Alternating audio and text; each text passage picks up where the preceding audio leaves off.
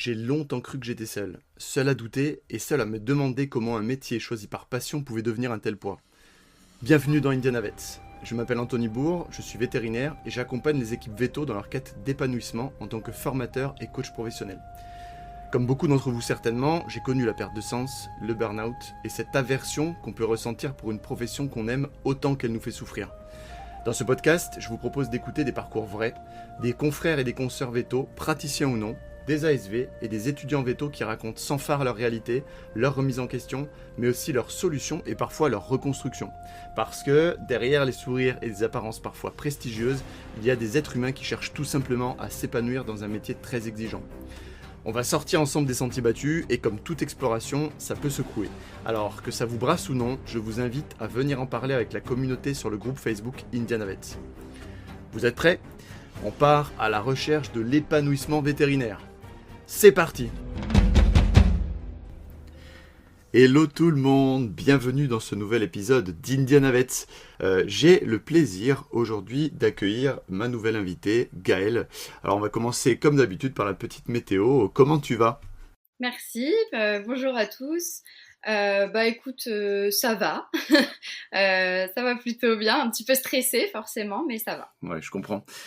Le stress, du coup, tu vas voir au fur et à mesure de la discussion, ça va se lever. Quand on est Oui, absorbé dans le j'imagine. récit, au bout d'un moment, ça va mieux. Ouais. Alors Gaël, moi je te connais de l'école Veto, tu faisais partie de la promo de mes poulots hein, à Lyon, et même mieux que ça, on a fait la prépa au même endroit, mais je vais pas en dire beaucoup plus, je te laisserai te présenter et commencer où tu le souhaites. On va commencer, ça devient la petite tradition, hein, par l'histoire des valeurs. Parce que on l'a un peu évoqué avant de commencer, la valeur ça en dit long sur les personnes et c'est presque une présentation un peu plus intime, mais voilà, je te donne la parole sur les valeurs. Je te laisse me dire là où les valeurs qui te semblent les plus importantes dans ta vie. Alors, ça a été la grande question qui m'a fait un peu de nœud dans la tête, je dirais la bienveillance. C'est ce qui est ressorti le plus en y réfléchissant, parce que bon, c'est vrai qu'on est dans un monde où c'est facile de juger les autres, de penser qu'on connaît tout de leur vie et de ce qu'ils peuvent penser. Et où on peut parfois avoir du mal à accepter ou à comprendre les différences qu'il peut y avoir chez les autres. Donc voilà, c'est ce qui est important pour moi et auquel je tiens. Hmm. Ok, ouais, je pense que ça va parler à beaucoup de monde parce que là j'entends le jugement et le jugement c'est quelque chose au quotidien qui empoisonne les relations, hein, avec toutes les interprétations, les suppositions qui sont engendrées. Enfin, ouais, ça peut être un gros frein dans la vie de tous les jours, que ce soit personnel ou dans le monde du travail, ça. C'est ça. Et ouais, je comprends. Ok, ben, je te remercie Gaël. Maintenant, comme je disais avant, je pense que ce serait intéressant de te laisser te présenter en commençant vraiment là où ça te semble important, hein, par rapport à la suite de ton parcours, tout ce qui est veto. Voilà, je te laisse commencer. Ouais. Alors, du coup, j'ai toujours voulu, moi, être vétérinaire. C'était vraiment à écouter mes parents depuis que j'ai 3 ans. Je dis que c'est ce que je veux faire. Euh, Malgré les profs, que ce soit au collège, au lycée, qui me disaient qu'il fallait que je réfléchisse à autre chose parce que c'était difficile, Mhm. euh, qu'il fallait que je trouve une autre idée. Bon, j'ai jamais réussi à me voir dans autre chose. D'accord. Donc, euh, donc j'ai poursuivi là-dedans. Euh, à tel point que j'ai redoublé ma terminale pour avoir un meilleur dossier en terminale pour intégrer une prépa, parce que je savais qu'avec ma première terminale, je n'avais pas un assez bon dossier. Et donc j'ai intégré la prépa de Nîmes, Emmanuel Delzon, avec toi, Anthony, enfin oui, avec toi. Euh, et j'ai fait 3 ans de prépa, comme beaucoup. Qui ont été pas forcément faciles parce que j'étais à 800 km de chez mes parents qui habitaient en région parisienne. Ah oui, d'accord.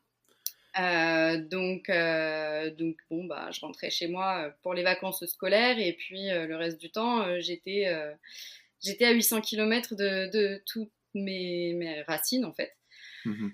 Euh, pendant, pendant 3 ans, pendant une période qui est la prépa, qui est pas simple, hein, forcément, qui est beaucoup Mhm. de pression, beaucoup de stress. Mais bon, j'ai réussi à intégrer l'école vétérinaire quand même en 2013, du coup, Mhm. à Lyon. Donc, c'est celle que j'avais choisie, c'est la première que je voulais. Euh, et puis, bah, j'ai passé 5 ans d'école plutôt bien. Ça s'est plutôt bien passé. J'étais très contente d'avoir réussi à rentrer à l'école. Euh, ouais, j'ai plutôt passé de bonnes études vétérinaires, on va dire. D'accord. Et puis, donc je suis sortie en 2018, donc ça fait 5 ans maintenant. Et j'ai commencé directement à travailler dans une clinique dans laquelle j'avais déjà fait un stage quand j'étais en 4e année et dans laquelle j'avais fait des remplacements l'été à la fin de mes années d'études.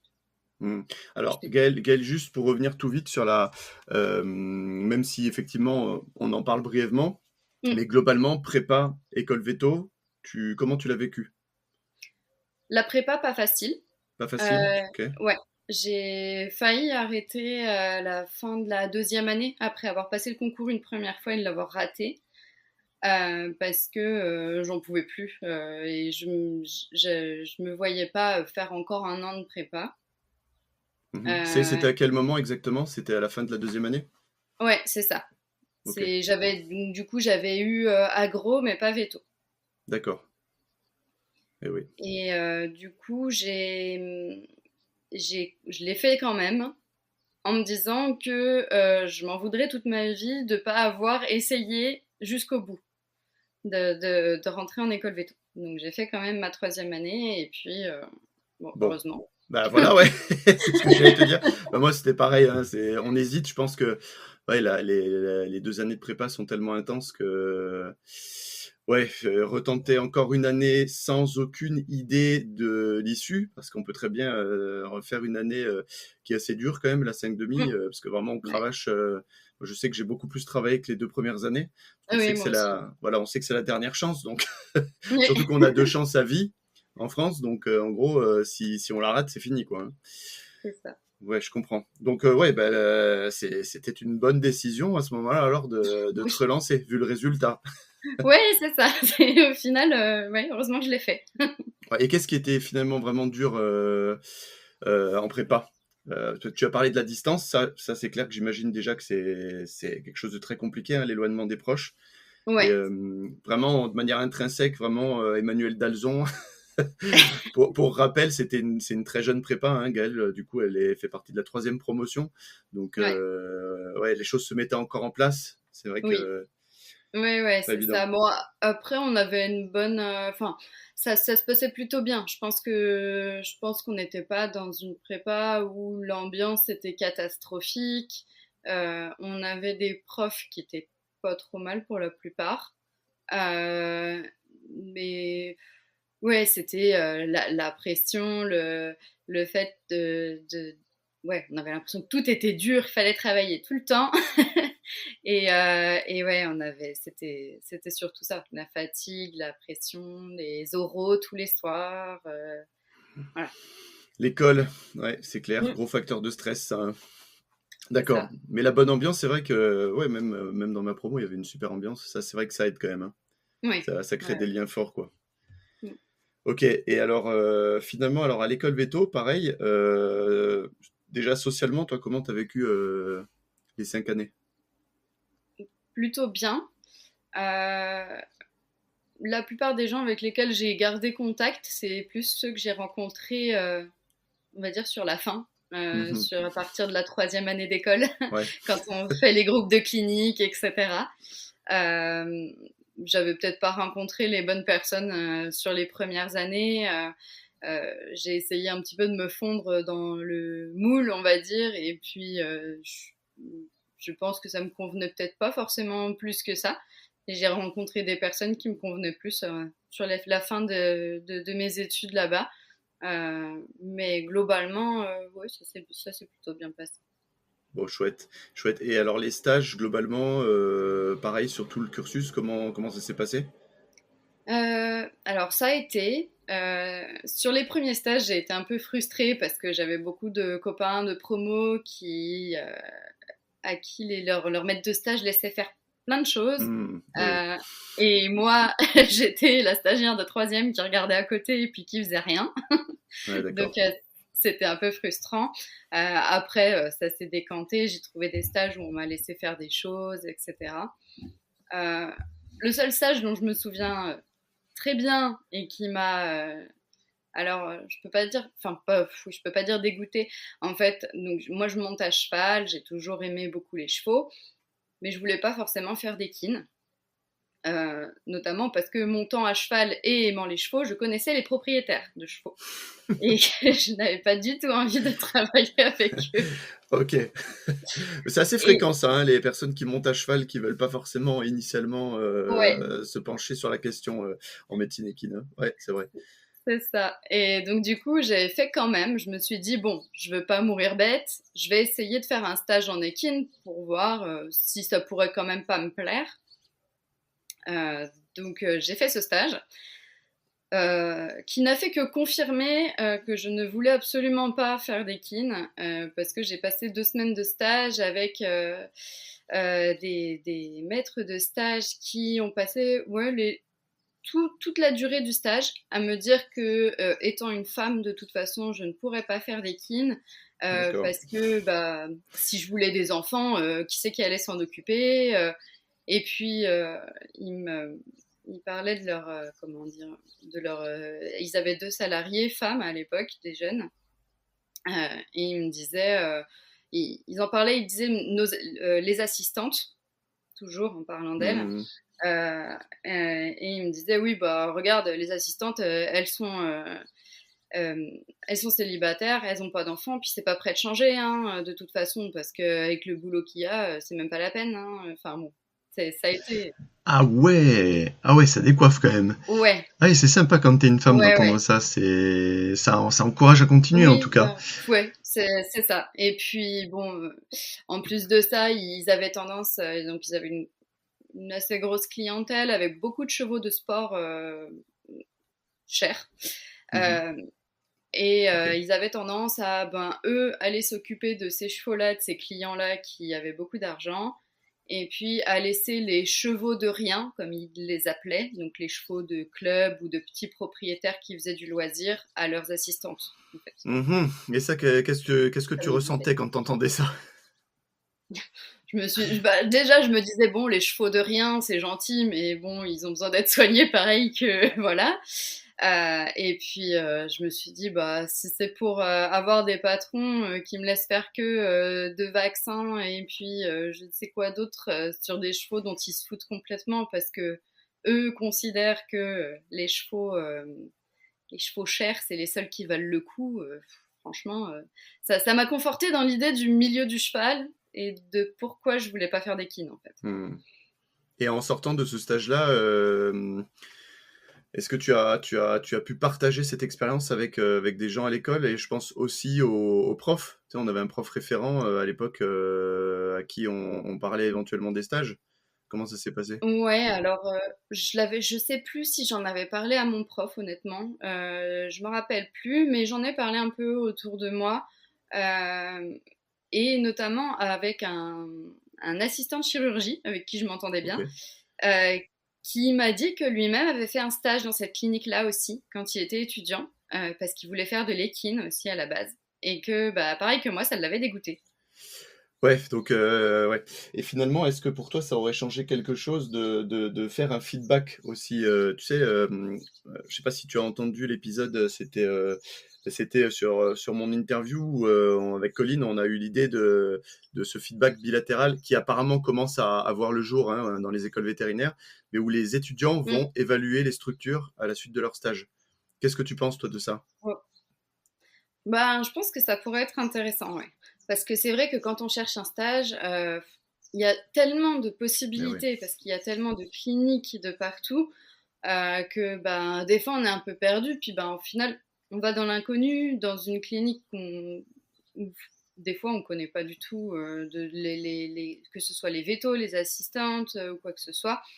Et je pense que ça pourrait être pas mal d'avoir comme un annuaire en fait de cliniques dans lesquelles on sait qu'on va être plus ou moins bien reçu, quoi. Ouais, parce que je t'entends, tu as utilisé le mot dégoût plusieurs fois, donc c'est une émotion qui en dit long. Donc il y a du rejet, et c'est quand même grave de Ouais. se dire qu'en tant qu'étudiant, on puisse être dégoûté au cours d'un stage avec 2 pauvres semaines. 2 semaines, c'est rien. Mhm. Et on se dit que durant ces 2 petites semaines, autant les personnes peuvent mettre une croix sur sur tout un domaine, quoi. C'est quand même hallucinant. Hein. Ouais. Ouais, c'est vrai que ça peut paraître, ouais, ça paraît court, enfin c'est court pour se dire, bah non, je ferai jamais ça, quoi. Mm. Bon, après j'avais déjà une idée préconçue de l'équine et de pourquoi je voulais pas en faire. Mais oui, Donc ça a surtout conforté aussi le fait que non, ouais, que c'était... j'irai pas Ouais, là-dedans. d'accord. Et sur la suite de ton cursus, du coup, t'as décidé de te diriger vers quoi à l'époque? Alors j'ai fait une 5e année en canine. Ok. Euh, à la base, je voulais faire de la mixte, en fait, en sortant de l'école. Mais je m'étais dit que la partie rurale, en fait, je voulais l'apprendre après en sortant de l'école. Je voulais être bien en canine parce que je savais que la partie rurale, j'allais sûrement pas en faire toute ma carrière, entre guillemets. Ok. Donc, je m'étais dit, je fais une 5e année canine, je fais des stages dans des cliniques où ils font de la mixte en parallèle. Et puis, en sortant de l'école, je ferai de la mixte. Comme ça, j'apprendrai en même temps la partie pratique en fait de la rurale. Hmm. Euh, donc j'ai fait une 5e année canine. Et bon, ça s'est pas vraiment passé comme ça par la suite en sortant de l'école. Mais... Ok. Bah, du coup, on va pouvoir passer à la suite, à l'entrée dans la vie active. Qu'est-ce qui s'est passé alors à la sortie de l'école pour toi? Et ben du coup, donc je suis sortie de l'école et puis la clinique dans laquelle j'avais déjà fait des stages et des remplacements l'été précédent, donc entre ma 4e et ma 5e année, m'a recontactée pour refaire un remplat d'été chez eux. Donc moi ça m'allait bien, c'était une clinique que je connaissais Hmm. et puis c'était à côté de là où habitait mon compagnon, donc moi c'était parfait.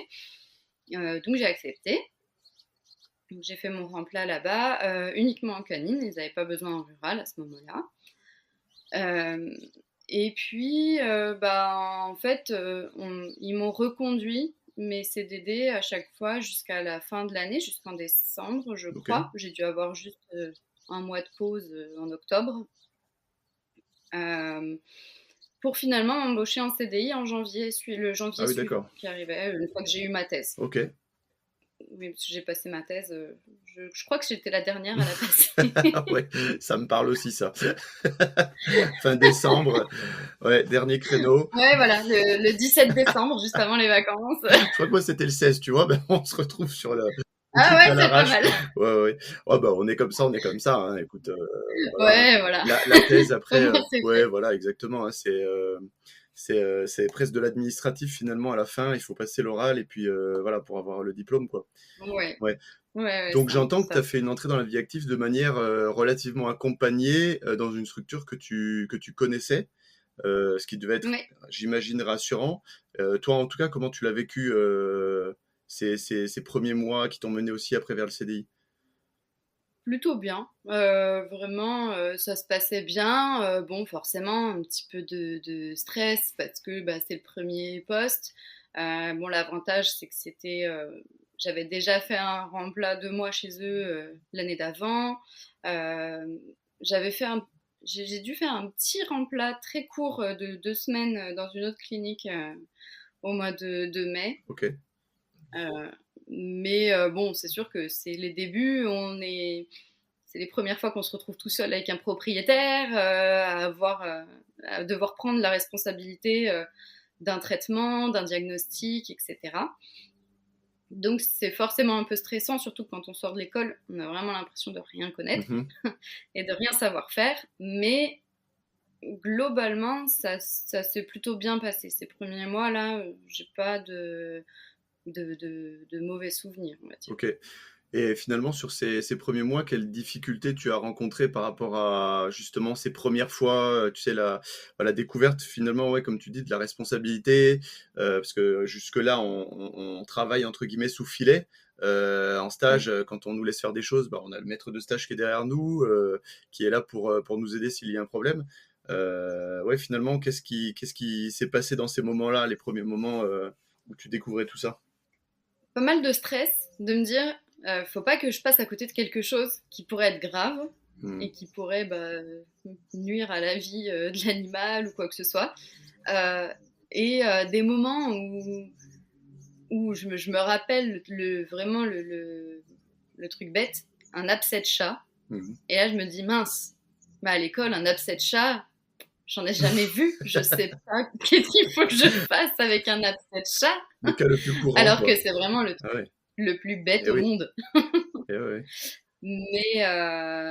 Mais ça se passait plutôt bien parce que j'avais mes collègues de canine, notamment, même ceux de rural d'ailleurs, quand ils étaient sur place, parce que c'était une clinique mixte, euh, ils m'aidaient. Enfin, quand j'avais besoin, quand voilà, je pouvais leur demander, il n'y avait pas de souci. Mais ouais, c'était quand même du stress de faut pas que je passe à côté de quelque chose et faut pas que, voilà, que ça se passe mal. Ouais, la volonté de bien faire et évidemment, il y a les fautes. On entend beaucoup parler à l'école, je sais pas toi comment tu l'avais vécu, mais des fautes professionnelles, quoi, hein. Les Mm. fameuses grosses fautes qu'il faut éviter. Et voilà, les cas, les choses plus ou moins graves qui peuvent se produire si on passe à côté, quoi. Ça, je pense que ça Ouais, amène du c'est stress ça. aussi, hein, pour le coup. Ouais, ouais, ouais. Surtout sur tout ce qui est contenance, hein, Ah là, forcément, on ouais. se dit, Mm. mon Dieu, il faut pas qu'il se passe quelque chose, quoi. Donc, le moindre truc, on stresse que ça saigne, l'animal respire, Et oui, enfin, parce que c'est finalement, sûr. même en commençant, hein, quand on est sur les chirurgies de convenance, on est le seul à bord, anesthésie, on doit surveiller, on doit être sur la chirurgie. Mais c'est vrai que voilà, les saignements, l'anesthésie, bien suturer, enfin déjà trouver les ovaires avant. Je parle de la suture, mais trouver les ovaires Oui, quand on ne les trouve pas, alors avec le crochet ou pas, quand on tire sur les choses, on se dit, ouais, est-ce que je vais pas tirer sur l'intestin, est-ce que je vais pas sectionner un vaisseau? C'est vrai que rien que les convenances, finalement, c'est un stress énorme, ouais. quoi, hein. Ouais, ouais, ouais. Bon, après, moi, j'avais beaucoup de chance d'avoir de très bonnes assistantes qui étaient toujours. J'en avais toujours une en chirurgie avec moi. Elles surveillaient l'anesthésie en fait, elles étaient habituées à faire toutes les ovarios de chiennes, notamment avec les vétos. On avait toujours, enfin, la plupart, il y en a qu'une qui opérait toute seule, mais sur les ovarios de chiennes, notamment, on avait toujours une assistante. Et la plupart, en fait, à force d'en voir, elle savait nous aider, donc elle me guidait.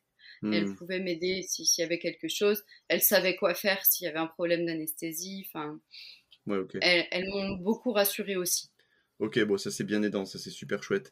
Alors du Mm. coup, dans la suite de ton parcours, est-ce que tu peux nous en dire un peu plus, Gaël? Et ben du coup, j'ai été embauchée en CDI dans cette même Mhm. clinique à partir du mois de, oui, ça devait être janvier-février, quelque chose comme ça, donc 2019. Et à partir de là, ça s'est pas très bien passé. Il y a une des vétérinaires, une salariée, qui était mariée avec un des patrons, qui a commencé à déjà par faire une réflexion en disant qu'ils auraient pu la prévenir, les patrons, qu'on m'embauchait en CDI et lui demander son avis avant. Mhm. Euh, et en fait, à partir de là, ça a été très compliqué. Elle suivait tout ce que je faisais. Elle relisait mes comptes rendus de consultation derrière moi et en faisant des réflexions sur ce que j'avais pu faire ou ne pas faire. On est d'accord, elle était Euh, salariée, tu disais, hein? Elle était Ah, salariée, d'accord.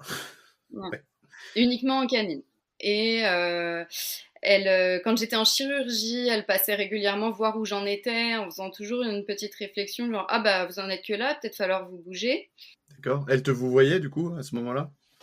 Non, elle Non? parlait, en général, elle faisait ça en parlant à moi et à l'assistante qui était avec moi.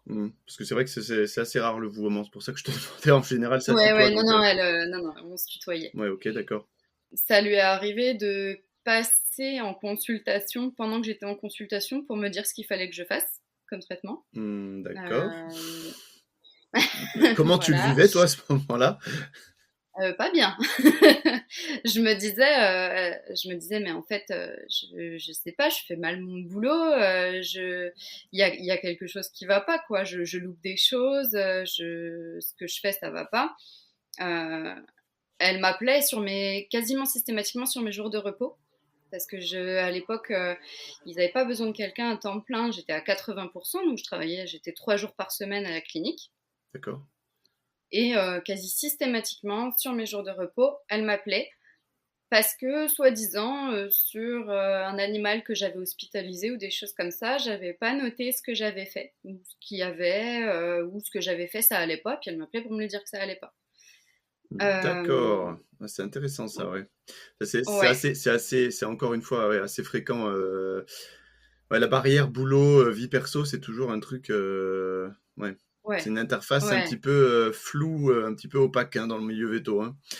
Ah oui, oui, oui, ça existe pas, je crois, des fois, hein, pour certains. Non, c'est clair. Bah déjà, la communication à la base, dans le début de ton histoire, t'entends qu'il n'y en a pas vraiment. Quand c'est vrai qu'on passe une personne du CDD au CDI, éventuellement en parler à son équipe pour dire que voilà, la personne elle va rester de manière pérenne, c'est quand même quelque chose déjà de valorisant pour la personne. C'est-à-dire, bah, on Oui, communique à mon sujet, voilà, bah, j'existe, je suis là, il parle de mon changement de statut, c'est quand même important, c'est un changement dans la clinique. Donc déjà vis-à-vis de toi, je sais pas toi comment tu l'as vécu, finalement, le fait qu'il ne communique absolument pas dessus, mais bon, vu qu'elle a fait une esclandre à cause de ça, cette oui. fameuse salariée, la femme du patron, on peut imaginer que ça a eu des conséquences, ce manque de communication. Ben oui, oui. Sur le coup, enfin, pour moi, je pensais qu'il leur en avait parlé aux Ben, autres bien sûr, salariés. eh oui. C'est vrai que sur le coup, je me suis dit, bon, bah, apparemment non, mais voilà. Bon, j'ai pas forcément fait attention à ce moment-là, en fait. Hmm. Euh, et puis même là, tout ce que je peux raconter maintenant, je m'en suis pas rendu compte tout de suite, au final, que c'était pas normal, en fait. Même tu veux dire le fait qu'elle t'appelle sur tes jours de repos aussi? Ouais, Ok, donc oui, ouais, tu ouais. décrochais et voilà, tu répondais quand elle t'appelait sur tes jours Oui, de repos, quoi. oui, c'est ça. Alors forcément, ça m'énervait un peu quand même parce que je savais que j'avais laissé toutes les informations. En plus, je faisais toujours attention à vraiment écrire tout ce que je faisais exactement pour surtout quand je savais que j'étais pas là le lendemain, pour que mes collègues puissent récupérer le cas Hmm. et dès que je pouvais, j'expliquais avant de partir à une personne qui était là le lendemain pour pouvoir transmettre en fait mes cas tout simplement quoi. D'accord. Donc euh, donc voilà et souvent peu de temps après l'appel de cette veto là, euh, j'avais un message ou quoi que ce soit d'une des assistantes qui me disait non mais il y a tout qui était écrit.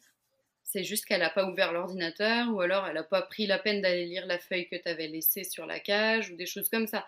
Mais voilà, il fallait qu'elle m'appelle pour me dire que ça allait pas. Donc Hmm. Ok. j'avais pas transmis mes cas. Ça a duré combien de temps, ça? Je suis restée là-bas en CDI pendant 2 ans.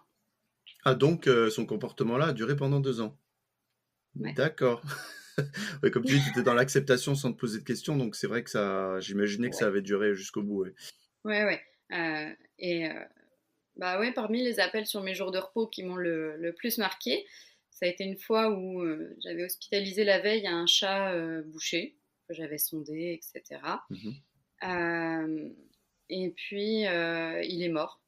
Il arrêtait pas de se reboucher. Je sais plus exactement ce qui s'était passé, mais il a fini par mourir un jour où j'étais pas là. Et elle m'a appelée pour me dire que c'était quand même pas très sympa de leur avoir laissé ça, que j'avais fait n'importe quoi, que c'était de ma faute s'il était mort, et que ça se faisait pas de leur avoir laissé ça, de leur avoir laissé annoncer ça au propriétaire. D'accord. Voilà. Quel était finalement le comportement de tes patrons sur tout ça? Aucune réaction. Aucune réaction. Euh, D'accord. ouais, moi, je leur en ai parlé, notamment à l'occasion des entretiens annuels, par exemple, qu'on pouvait avoir. Je leur ai dit que voilà, que ça, enfin, il y avait des choses qui m'allaient pas, quoi, que c'était pas normal. Et il m'avait dit que bon, fallait pas que je le prenne pour moi, que en même temps, j'étais sortie de l'école il y a peu de temps, donc il fallait peut-être que je me mette dans le rythme, que j'étais plus à l'école, donc il fallait plus traîner. Alors que bon, j'avais quand même très rarement du retard sur mes rendez-vous. Il me mettait 4 à 5 chirurgies par matinée. Je finissais rarement en retard. Enfin voilà, c'était des trucs, mais il fallait que je me presse, quoi. D'accord. Et en termes de valorisation, en termes de feedback, comment ça se passait sur ces 2 ans de CDI? Pas grand-chose. Pas grand-chose. Ouais, Non. d'accord. D'accord. Bon, Non. finalement, c'était plus des feedbacks négatifs venant de cette salariée qui t'appelait sur tes jours de repos. Ouais, voilà, D'accord. Mais c'est ça. finalement, ça, c'est quelque chose de... Enfin, je ne sais pas toi, dans tes contacts, si tu as entendu parler, mais moi, en tout cas, oui. Ça arrive assez souvent, ça, les personnes qui appellent sur les jours de repos. Ouais. Euh, et toi, qu'est-ce que tu aimerais dire finalement avec cette expérience que tu as eue et que tu as eu encore depuis, parce que ça, c'était les 2 premières années. Qu'est-ce que tu pourrais conseiller justement aux étudiants qui vont entrer dans la vie active et qui risquent d'être confrontés à ça? De pas laisser faire déjà. Parce que le problème, c'est que souvent, je pense que quand on sort de l'école, on se dit, bon, ben, si ça se passe comme ça, c'est que c'est normal. Eh oui, Sauf que non. ouais, c'est le Sauf piège. que, ouais, sauf que non, ça ne l'est pas et que c'est pas parce qu'on sort tout juste de l'école que notre voix a pas de poids et que notre santé mentale, notamment, ne doit pas être prise en compte. Moi, on m'a dit, un de mes patrons à ce moment-là m'a dit, mais tu sais, moi, j'ai très mal vécu les 10 premières années de ma vie au boulot. C'est normal, c'est comme ça pour tout le monde. Donc, c'est juste qu'il faut laisser passer, quoi. Waouh. Ouais. C'est aidant ça, c'est chouette d'entendre ça, t'as dû te sentir super bien. Ouais, génial. Je me suis dit, cool, encore 10 ans comme ça. Ah, c'est génial, ça fait envie, hein. Magnifique, on a envie de continuer à travailler comme ça. Et ouais, enfin, c'est... Voilà, alors, quand tu dis ne pas laisser faire, qu'est-ce que tu... Si la personne, elle te dit d'accord, mais bon, c'est gentil, Gaël, tu te rends compte, moi j'arrive, je suis nouvelle dans la clinique, je sais pas quel âge a la femme en question, mais elle a de l'expérience, elle est plus âgée, c'est la femme du patron, enfin, ça fait beaucoup de paramètres. Oui. Comment je fais pour ne pas laisser faire? Moi, je dirais qu'il faut déjà commencer par l'exprimer au patron, notamment, peut-être à cette personne-là directement aussi, si on se sent capable de le faire. Mais au moins l'exprimer à quelqu'un, en parler, et puis voir en fonction de la réaction des personnes. Et si en face, on a les mêmes réponses que ce que j'ai pu avoir, se dire que c'est pas la peine. C'est que il faut pas rester dans ce genre de choses. Ouais, c'est pas la Moi, bonne j'ai fait personne. l'erreur Ouais, c'est ça. Moi, j'ai fait l'erreur d'y rester et j'aurais pas dû. Mais parce que je me rendais même pas vraiment compte que, que c'était pas normal et qu'il fallait pas rester là-dedans. Oui, c'est ce qu'on disait dans l'épisode, justement, épisode 3 avec Marie, qui, pareil, elle avait du soutien extérieur, donc des gens, dont son conjoint non veto, et Mm. d'autres amis veto ou non veto, qui lui disaient, surtout côté non veto, hein, je précise, parce que Oui. bon, alors moi, je faisais partie de ses amis qu'elle avait contactés, si tu veux, mais j'avais déjà eu des expériences comme ça, et j'ai pu lui conseiller aussi de, écoute, si les 2 premiers jours sont comme tu me les décris, stop. Je pense que tu as raison, écoute-toi, écoute, fais ce qui semble le plus adapté pour toi. Et finalement, toi, est-ce que ça a été ton cas quand tu as exprimé les choses? Parce que tu m'as dit avoir parlé au patron. Est-ce que c'était Ouais. la seule personne ou les seules personnes à qui tu as pu parler? J'en discutais un petit peu avec les assistantes aussi, Ok. qui vivaient pas très bien non plus le travail avec cette personne-là. Euh, Quasiment tout le monde avait des soucis avec elle au travail. Et puis, j'en parlais avec mon conjoint et qui est non veto aussi, mes parents. Au final, c'est mon conjoint et ma mère qui m'ont dit là, stop, ça va pas. Il faut que tu arrêtes, faut que ça va pas du tout, c'est pas normal. D'accord. Au bout de ces 2 ans, juste avant de partir, comment tu te sentais? T'étais dans quel état en fait? C'est ce qu'on se demande, hein, 2 ans comme ça. Euh, ouais, ben sur le coup, je pense que je m'en rendais pas trop compte. Maintenant, oui, j'étais dans un état d'épuisement pas possible. J'arrivais à rien faire en fait en dehors de mon boulot. C'est-à-dire que bon, entre-temps, j'étais passée à temps plein parce qu'il y avait eu un congé maternité dans la clinique, donc j'avais un jour de plus. J'étais à 4 jours par semaine. Mais les 3 jours qui me restaient, où je bossais pas, je n'arrivais à rien faire. J'étais tellement fatiguée que j'arrivais à rien faire. J'avais envie de rien faire. Tu parles d'épuisement Et, moral du coup là, à ce moment-là? ouais, ouais. Et physique. Physique Les deux. aussi? Ok. Ouais, ouais, ouais.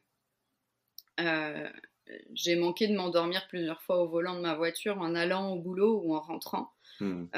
du boulot. Euh, J'avais même plus envie de monter à cheval, alors que j'avais mon cheval à moi, que ça fait plus de 20 ans que je monte à cheval et que c'est vraiment quelque chose qui me maintient à flot, qui me fait du bien. Mais même ça, j'avais plus l'énergie d'y aller, que ce soit physique ou mentale. Euh, et puis dès que je prenais ma voiture, j'avais qu'une idée en tête, c'était que j'aimerais bien avoir un accident pour pas être obligée de retourner travailler.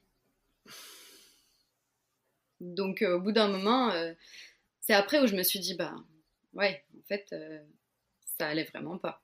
Ouais, j'ai la gorge serrée moi aussi de t'écouter parce que c'est ouais, c'est vraiment dur. Et tu me disais que c'est ta mère et ton conjoint de l'époque qui t'ont dit, écoute, là, il faut peut-être songer à arrêter.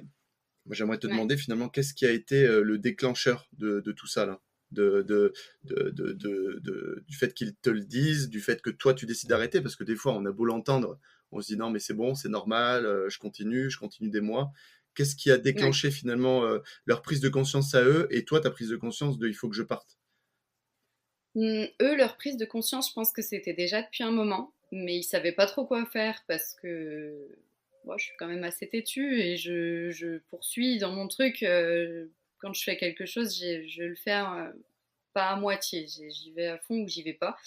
Et du coup, j'ai beaucoup de mal à arrêter même quand ça va pas parce que j'ai tendance à me dire, en plus de ce que mes patrons me disaient, ce qu'on me disait en fait au boulot, à me dire qu'en fait le problème c'était moi et qu'il fallait juste que je tienne et que ça allait passer quoi, en Hmm. gros.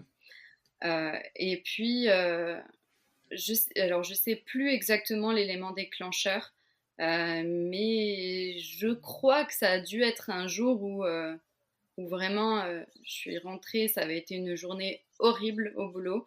Euh, j'avais enchaîné les consultations, j'avais pas eu un moment pour me poser. Ça avait été une journée vraiment compliquée et où j'ai failli m'endormir sur la route et avoir un accident. Et, euh, et là, quand j'en ai parlé à mon conjoint et que je lui et enfin, quand j'ai vu sa tête et qu'il m'a dit mais là stop, enfin, ça va vraiment pas. Là, j'ai pris conscience. Là, j'ai dit non mais ouais, ça va pas. Tout à l'heure, on parlait, tu sais, de ce que tu conseillerais aux jeunes qui sortent de l'école, voilà, s'ils faisaient face à ce genre de situation. Et tu disais, bah, aller parler. Bon, effectivement, des fois, les patrons et les collègues sont pas toujours très réceptifs. Les ASV, les collègues salariés, des fois, se taisent parce qu'ils ont peur de. Voilà, il y a aussi cette espèce d'omerta, là. Et finalement, on voit là l'importance du soutien à côté du travail. C'est vrai que, comme tu le disais, si jamais on décide de parler à quelqu'un qui n'est pas soutenant, tel que le patron, dans ton cas, qui disait oui, mais bon, tu sais, les 10 années, les premières, elles sont comme ça, c'est normal. Bon, si finalement on entend quelque chose comme ça, ben, la solution c'est d'aller communiquer avec quelqu'un qui va comprendre et qui va être pour le coup aidant.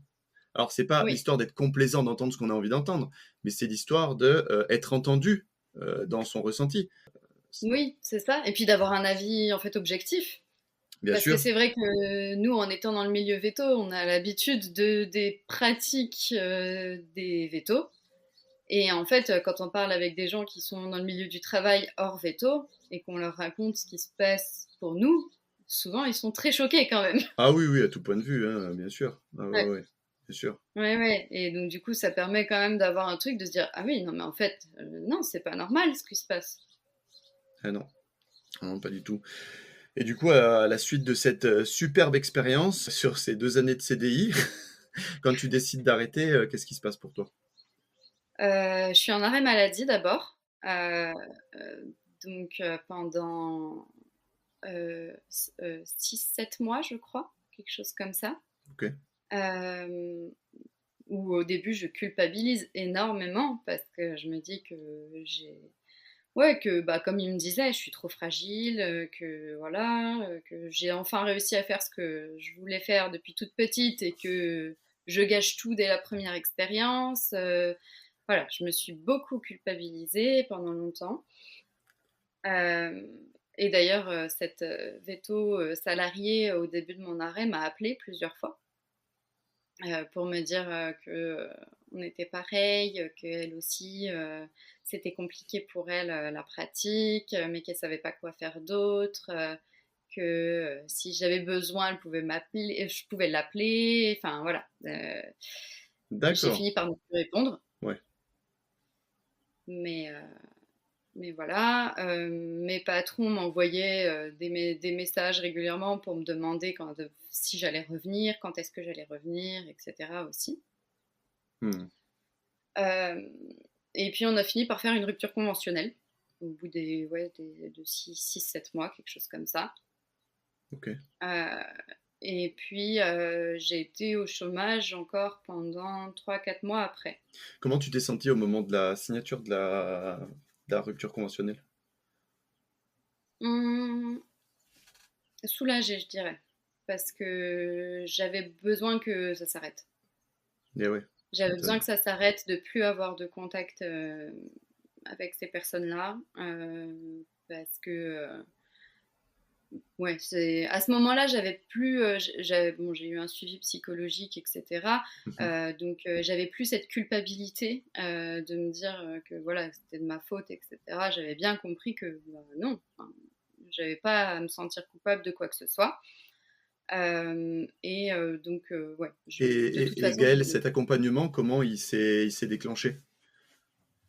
c'est mon médecin de mémoire qui a dit que ce serait bien que j'ai un accompagnement psychologique. Ok. Et donc j'ai cherché vers chez moi un psychologue qui pourrait me recevoir. Et puis j'ai réussi à en avoir un assez rapidement que je voyais toutes les semaines.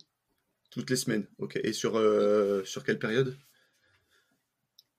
Alors je l'ai vu toutes les semaines pendant peut-être 6 mois. D'accord. Après, ça s'est un peu espacé. Je la voyais toutes les 2-3 semaines. Ça a duré en tout 1 an et quelques, 1 an et demi peut-être. Ok. Et quels effets ont eu finalement ces séances sur toi, avec du recul? Ça m'a fait du bien. Ça m'a fait du bien. Ça m'a permis de comprendre pas mal de choses et de me dire que, bon, en fait, j'étais pas si anormale que ça, entre guillemets. Euh, Tu m'étonnes. euh, voilà. Un être humain, Que quoi. j'avais Voilà, c'est ça. Que j'avais rien à me reprocher et puis que bon, bah, mes choix de vie étaient mes choix de vie et que si eux supportaient ce qu'ils supportaient, tant mieux pour eux, mais que si moi je voulais pas de ça, je voulais pas de ça et que c'était normal et que voilà. Eh oui. Donc non, ça m'a fait vraiment ça s'est bien passé Mais ce je repense suivi-là. là à cette salariée qui avait un comportement vraiment toxique avec toi durant tes 2 années de CDI et qui t'a redémarché après pour te proposer de l'aide. Ça, c'est quand même. Alors, il faut se dire que les personnes ont rarement, à part vraiment certains profils de psychopathes ou autres, mais je ne suis pas psychologue, je ne suis pas psychiatre, je ne vais pas faire de la psychologie de comptoir, mais très souvent, ça part d'une intention positive. Alors pour les personnes, on a déjà eu des retours de ce genre-là, hein. Ah, ouais, j'ai ce comportement-là, je pensais pas du tout avec mon stagiaire que ça pouvait avoir un tel impact, je vais faire attention. Donc de t'entendre parler de ça, peut-être qu'il y a des personnes qui ont ce comportement, qui vont se reconnaître et se dire: «Ah non mais ouah, elle nous voit comme ça là, les gens qui font ça, mais en fait on le fait pas du tout pour lui faire du mal». Enfin, c'est vrai que des fois c'est assez Oui. surprenant et finalement, toi, qu'est-ce que tu as pensé, d'une part, et qu'est-ce que tu as ressenti quand cette personne qui t'a c'était moi je considérerais quand même ça comme du harcèlement parce qu'elle te dérangeait quand même sur tes jours, de repos.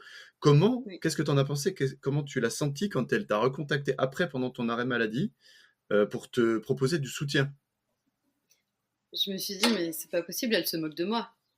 Enfin, je me suis dit: «Mais c'est» enfin, après elle avait ça m'étonnait qu'à moitié parce qu'elle avait déjà eu ce genre de comportement un petit peu, hem, parce que, bah, disons qu'avec les assistantes, comme je disais, ça se passait pas très bien non plus.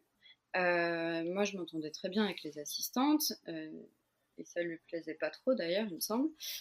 Mais on avait déjà eu une réunion où on était censés être tous là pour pouvoir parler de ça parce que forcément l'ambiance était très tendue parce Eh que oui. ben voilà ça allait pas avec moi, ça allait pas avec les assistantes, enfin voilà.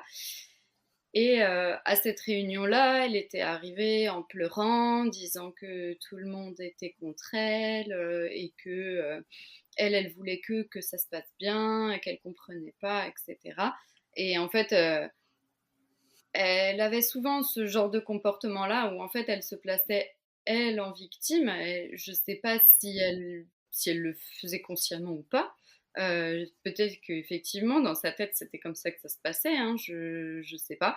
Mais ouais, ça m'étonnait qu'à moitié qu'elle le fasse. Ouais, elle switchait entre victime et persécuteur, quoi, hein. Ça me fait Ouais. penser au concept du triangle de Karpman, je sais pas si toi ça te parle?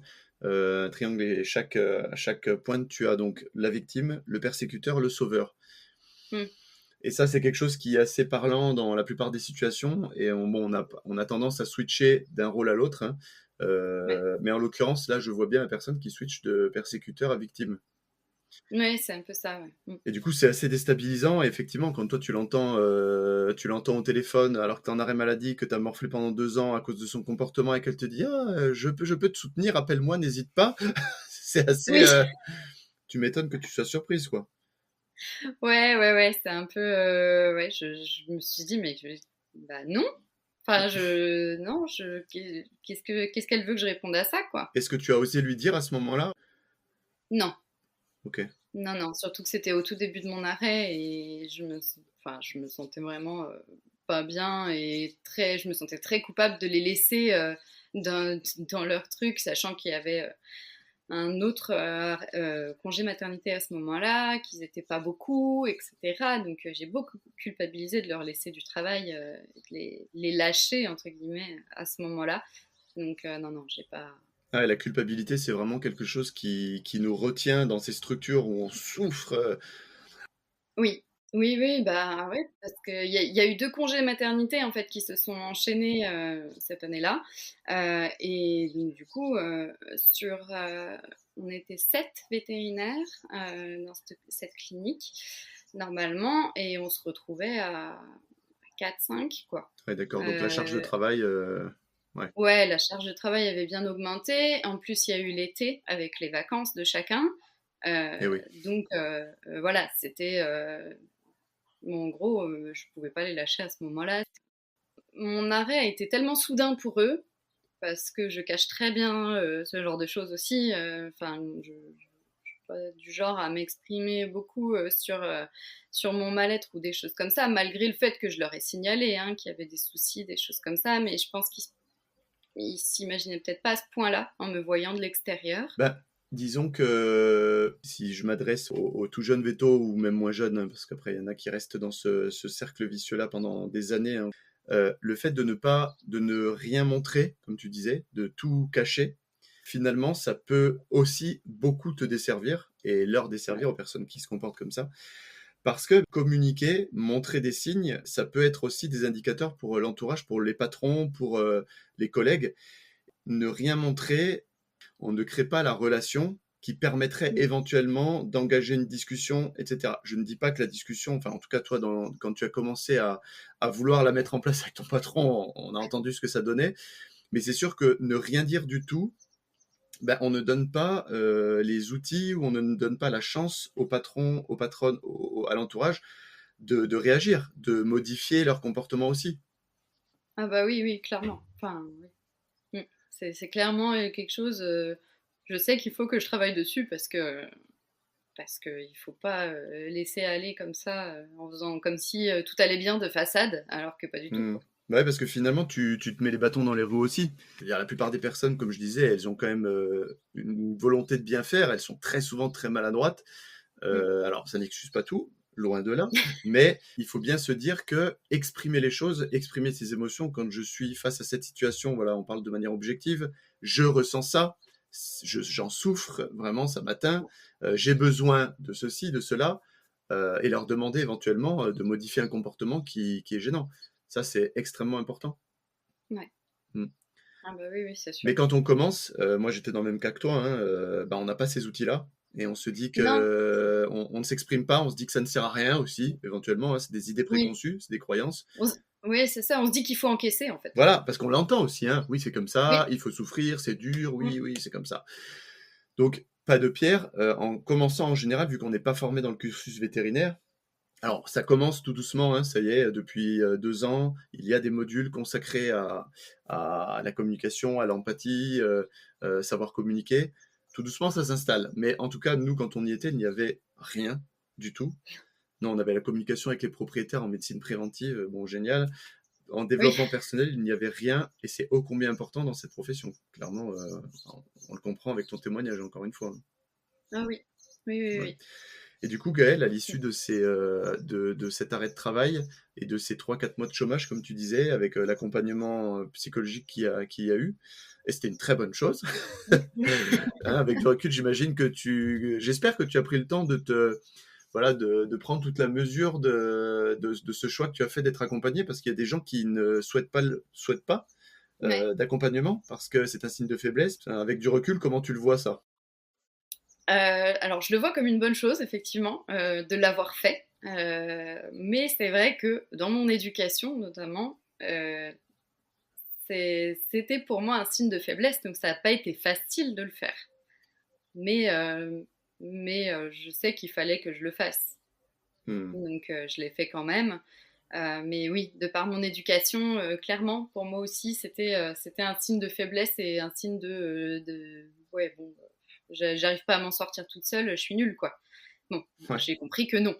Mais ouais, sur le coup, ça n'a pas été simple de prendre la décision, effectivement.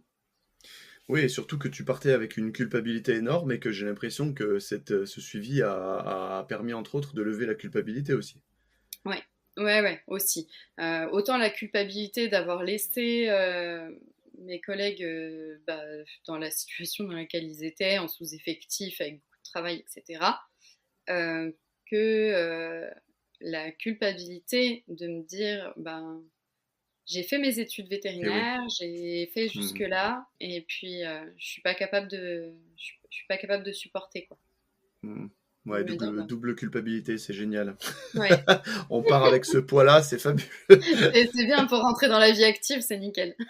Ah là là, mais ouais, vraiment, l'accompagnement, pour moi, il est primordial. On en a déjà parlé avec Colline et on encourage vraiment tout le monde, voilà, dans ces cas-là, vraiment se lancer, tenter Mm. même une séance et voir ce qui se passe. Mais voilà, il faut le lancer. Ouais. C'est toute la difficulté. Et finalement, alors après toute cette période, qu'est-ce qui s'est passé pour toi? Ben, j'ai commencé à me dire que je me sentais bien de recommencer à travailler.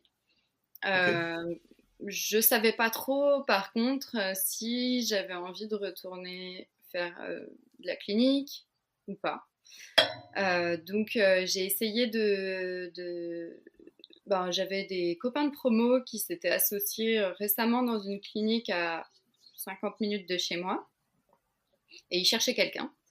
Euh, donc, je leur ai proposé d'aller. Eux, ils connaissaient ma situation, ils savaient ce qui s'était passé, etc.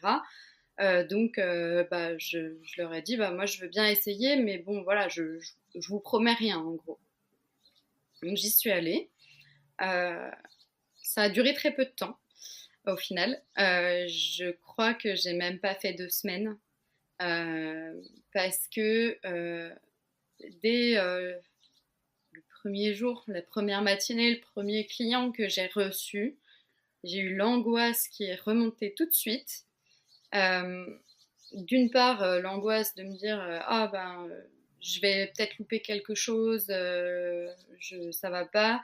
L'angoisse qu'on vérifie derrière moi ce que j'allais faire, alors que je savais que ça allait pas être le cas. Enfin, je veux dire, j'étais chez des amis, c'était pas, je savais pertinemment que c'était pas l'ambiance de la maison. Euh, et puis en même temps, un rejet complet des clients, de dire je peux pas gérer, je veux pas gérer leurs problèmes, je peux pas, ils me saoulent. Donc du coup j'en ai parlé à mes amis, puis on a décidé de dire bon c'est pas la peine, c'est que si ça t'angoisse à ce point-là, ça va pas, c'est que ça va pas et que t'es pas prête à retourner en clinique ou que c'est pas pour toi, enfin c'est plus pour toi peut-être, on ne sait pas. Mais en tout cas là c'est pas la peine de le vivre comme ça quoi. Ben, c'est surtout qu'en plus, tu sortais, du coup, si on compte à peu près d'un an, ton arrêt, Ouais, il a duré un an entre la fin d'expérience et à celle-ci, peu quoi. près, ouais. Un peu moins. Hmm. D'accord. Et comment t'as vécu, du coup, cette situation-là, quand t'as décidé d'arrêter à nouveau?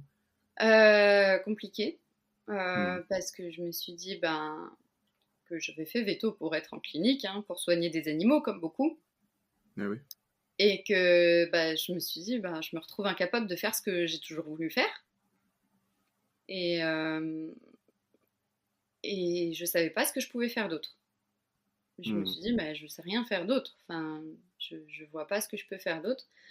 Euh, Donc là encore, ma psy a été d'une grande aide pour accepter que peut-être la clinique c'était pas fait pour moi et que c'était pas grave et que il en fallait pour tout le monde et que peut-être un jour j'y retournerai, mais que pour Oui, l'instant en tout cas voilà. C'est c'était important plus de pour se le moi. dire, ça, pour les personnes qui Mm, se posent la question, ce que tu viens de dire, c'est mm, qu'on arrête. Après, on a un diplôme à vie, si on veut voilà. reprendre, même 5 ans après, bon. Parce Mm, qu'il y a aussi beaucoup de, tu sais, beaucoup de freins, hein. J'ai arrêté oui. un an, comment je vais faire? J'ai arrêté 3 ans, comment je vais faire? Voilà. Donc, Ouais, ouais, ouais, c'est ça. Et ça là, justement, mon suivi psy m'a beaucoup aidé là-dessus en me disant, mais c'est peut-être pas fini pour toujours, on n'en sait rien. Elle dit peut-être, c'est bien juste sûr. que pour l'instant, c'est pas le moment, Mhm. ça va pas. Euh, mais peut-être que dans 5 ans, vous y retournerez. Mais voilà, pour Génial. l'instant, voilà. Génial. D'entendre ça, ça doit être assez soulageant quand même, hein. Ouais, ouais, ouais. Je me suis dit, oui, elle a raison. Oui, c'est vrai que, en fait, j'en sais rien. Peut-être que là, je vais faire autre chose et peut-être que d'ici quelques années, j'aurai envie d'y retourner, j'y retournerai ou pas. Enfin, voilà. Oui, voilà, et ce sera peut-être le bon moment. Enfin, Mm, voilà, effectivement. D'accord. c'est ça. Ok. Et alors ensuite, pendant cet accompagnement, qu'est-ce qui se passe? Et ben après, donc j'ai essayé un autre boulot, alors pour une start-up qui faisait qui montait une plateforme de prise de rendez-vous en ligne, pour les vétos, comment dire, de consultation, enfin de téléconsultation, de Ok. choses comme ça. Ça, je l'ai fait pendant un mois, je crois, quelque chose comme ça. Ça m'intéressait pas beaucoup plus que ça. Enfin, c'était du télétravail, donc c'était assez confortable parce que j'étais chez moi, je pouvais gérer un peu l'organisation que je voulais dans mon travail. Euh, et puis, ça se passait bien avec mes collègues. C'était à distance, mais on faisait des visios ou des choses comme ça régulièrement. Mais clairement, je m'ennuyais un peu. Donc, je me suis dit, bon, au départ, c'était juste un CDD d'un mois pour voir si ça me plaisait, pour voir si ça se lançait aussi ou pas, parce que c'était qu'une start-up toute jeune. J'ai pas reconduit le CDD parce que je leur ai dit, bon, voilà, moi j'ai passé, enfin, c'était pas mal, mais c'était pas, moi ça m'a pas plu plus que ça, on va dire. Donc après, c'est enchaîné encore un moment de réflexion de qu'est-ce que j'allais faire. Je regardais régulièrement sur différentes plateformes des, des, des jobs enfin des annonces qu'il pouvait y avoir pour différentes choses. Même des choses qui n'avaient rien à voir avec veto, ça pouvait être tout et n'importe quoi. Je regardais ce qu'il y avait dans le coin autour de moi, en gros. D'accord. Et puis, donc j'ai cherché pendant un mois à peu près, et puis j'ai trouvé un poste de vétérinaire officiel dans un abattoir qui était à 20 minutes de chez moi. Ok, donc assez éloigné de la clinique, pour le coup. Ouais, complètement. Complètement éloigné de la clinique. Ce n'est sûrement pas un hasard. Ouais. Et du coup, je me suis dit, je suis tombée dessus, je me suis dit, bon, c'était pas loin de chez moi, j'ai le diplôme qu'il faut pour le faire. Mais j'avais des réticences quand même, parce que, forcément, hein, je me suis dit, c'est pas pour ça que j'ai fait veto, quoi. Est-ce que je vais supporter d'être en abattoir? Est-ce que... Enfin, il y a beaucoup de questions Beaucoup de questions. qui se posent à ce moment-là. Et tu es sorti, alors pour rappel, en 2018. Là, on est à quel On est en niveau? 2021. On est en 2021, ok. Mm. Alors là, maintenant, nous sommes, Gaël, en 2023. Je sais que tu es toujours à l'abattoir, mais en arrêt maladie. Du coup, qu'est-ce que tu peux me dire de ton expérience dans ce milieu-là?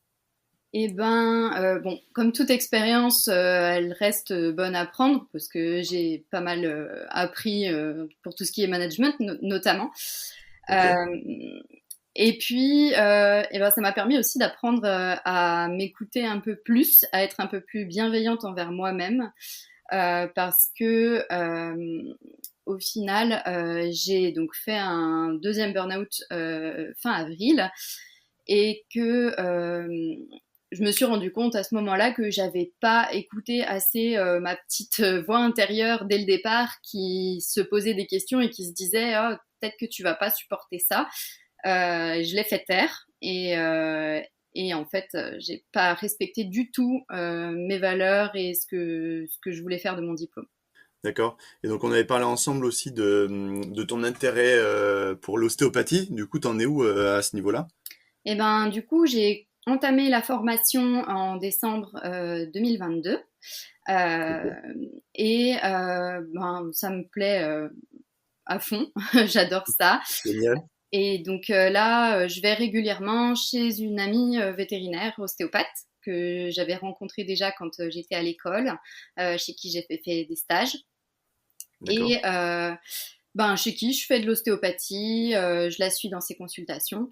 Et puis, elle me forme un petit peu en même temps. Et c'est vraiment, ça se passe super bien, c'est vraiment top. Et potentiellement, je me dis que je pourrais retourner peut-être à la clinique avec elle, faire un peu de médecine Ok. classique, plus de D'accord. l'ostéopathie. Ok, donc un retour quand même dans le milieu de la clinique progressivement, finalement, il y avait quelque chose qui te plaît.